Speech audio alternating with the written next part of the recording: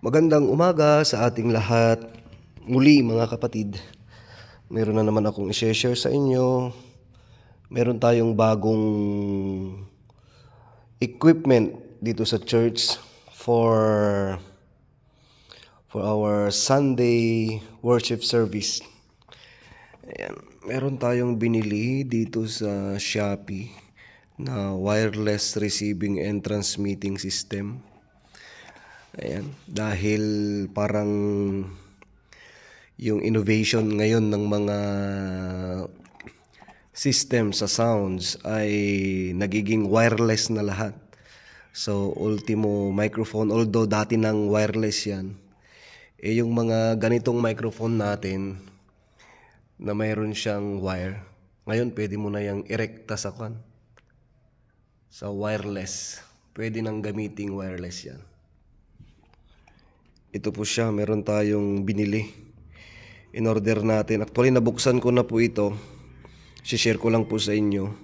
At sa mga nakabili po ng ganito at meron na pong mga ganito, paki-share yung inyo pong experience. Ayan. Wireless.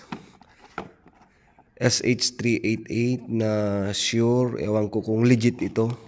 Dahil napakamura lang naman niya. Almost 500. Almost 500 siya. Meron po siyang isang receiver. Ito po. Yan o. Meron po siyang ganyang receiver. Ayan po siya. Yan. Pwede mong ilagay dyan. Instead na wire. Ganyan na lang po. Chargeable Type-C. Type-C po yung kanyang charging system. Nandito po, meron po siyang dalawa na yellow. At ang kagandahan po niyan, meron siyang dalawang receiver na para sa mic. Ito po. Yan o. At ganito po yung kanyang plug. Yan. Sure. Yan, pa-comment po sa mga mayroong ganito kung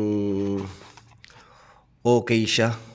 Siguro sa susunod na vlog, try natin kung maganda siyang ilagay sa mga microphone natin na ganito. Kasi meron akong tatlong ganito.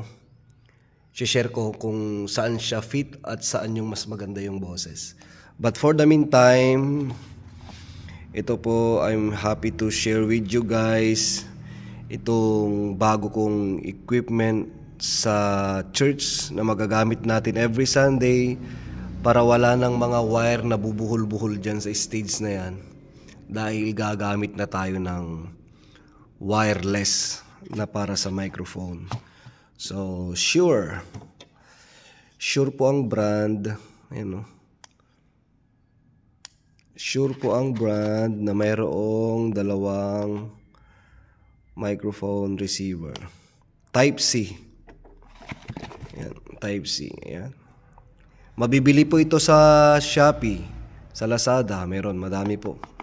So, pa-comment na lang kung okay naman siya. Okay, ano yung resulta sa paggamit ninyo mga kapatid. O, ayan po siya. Alright, maraming salamat. God bless.